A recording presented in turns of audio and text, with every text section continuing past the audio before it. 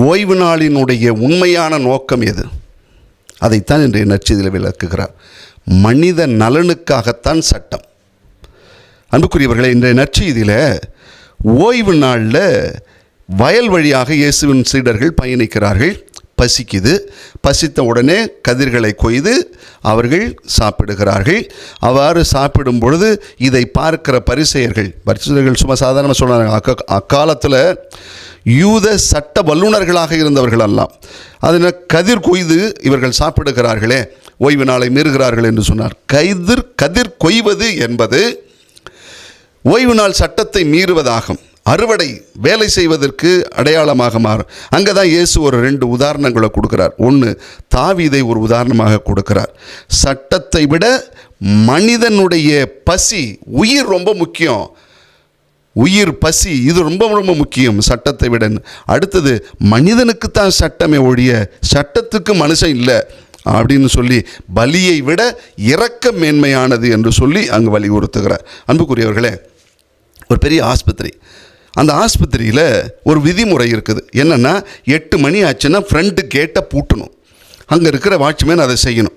அதுக்கு மேலே அவசரம்னா பின்பக்கமாக கொஞ்சம் சுற்றி போய் எமர்ஜென்சி கேட் என்ட்ரன்ஸ் வழியாக அங்கே தான் உள்ளே நுழையணும். இதுதான் அங்கே இருக்கிற ஒழுங்குமுறை. இந்த ஒழுங்குமுறையை சூப்பர்வைசர், இந்த வாட்ச்மேன் கடைபிடிக்கணும். ஒரு நாள் என்ன ஆச்சுன்னா 8 மணிக்கு பூட்டிடுறார். நல்ல மழை. அந்த நேரம் பார்த்து 5 வயசில் ஒரு அம்மா தன் குழந்தையை தூக்கிக்கிட்டு வருது. உடம்பு முடியாத அளவுக்கு, விட்டா செத்துருமோ குழந்தை அப்படின்னு தூக்கிட்டு ஓடியாருது. அந்த நேரத்தில் வந்த உடனே இவர் யோசிக்கிறார், எம்மா கொஞ்சம் திறந்து விடுங்க அப்படின்னு ஐயா கொடுங்கன்னு சொல்லி கேட்கும்பொழுது அவர் சட்டத்தை பார்ப்பாரா இந்த குழந்தைய பார்ப்பாரா யோசிக்கிறார். யோசித்த உடனே கேட்டை திறந்தார், உள்ளே விட்டார். குழந்தை போயிடுச்சு. அங்கே போய் பாதுகாப்பாக குழந்தை நல்லபடியாக பொழைச்சிக்கிச்சு. அங்கே இருந்த சீஃப் டாக்டர் ஒருத்தவங்க இருக்காங்க. அவர்கிட்ட போய் இது இப்படி செஞ்சுருக்கக்கூடாது, நீங்கள் எப்படி 8 மணிக்கு மேலே இந்த பக்கமான கேட்டை திறந்தீங்க அப்படின்னு சண்டை வருது. அடுத்த நாள் காலையில் சீஃப் டாக்டர்கிட்ட கொண்டு போய் இந்த வாட்ச்மேனை கொண்டு போய் நிப்பாட்டுறாங்க. அங்கே அவர் கூனி குறுகி நிற்கிறார். அப்போ நடந்தது அனைத்தையும் அந்த சீஃப் டாக்டர்கிட்ட சொல்கிறாங்க.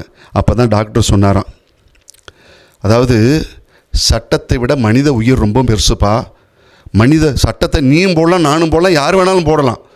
இன்னும் அழிச்சுவிட்டு கூட திரும்ப போடலாம். ஆனால் உயிரை அழிச்சிட்டு திரும்ப உயிரை கொண்டு வர முடியாது. அதனால் சட்டத்தை விட உயிர் மேலானது என்பதை மறந்துடுங்க. சட்டத்தை விட மனிதனுடைய அடிப்படை தேவை ரொம்ப முக்கியமானது அப்படின்னார். சட்டம் சடங்குகளுக்காக மனித நேயத்தை இழக்கக்கூடாது, மனித இரக்கம் இன்னும் மேலானது என்று சொன்னாராம்.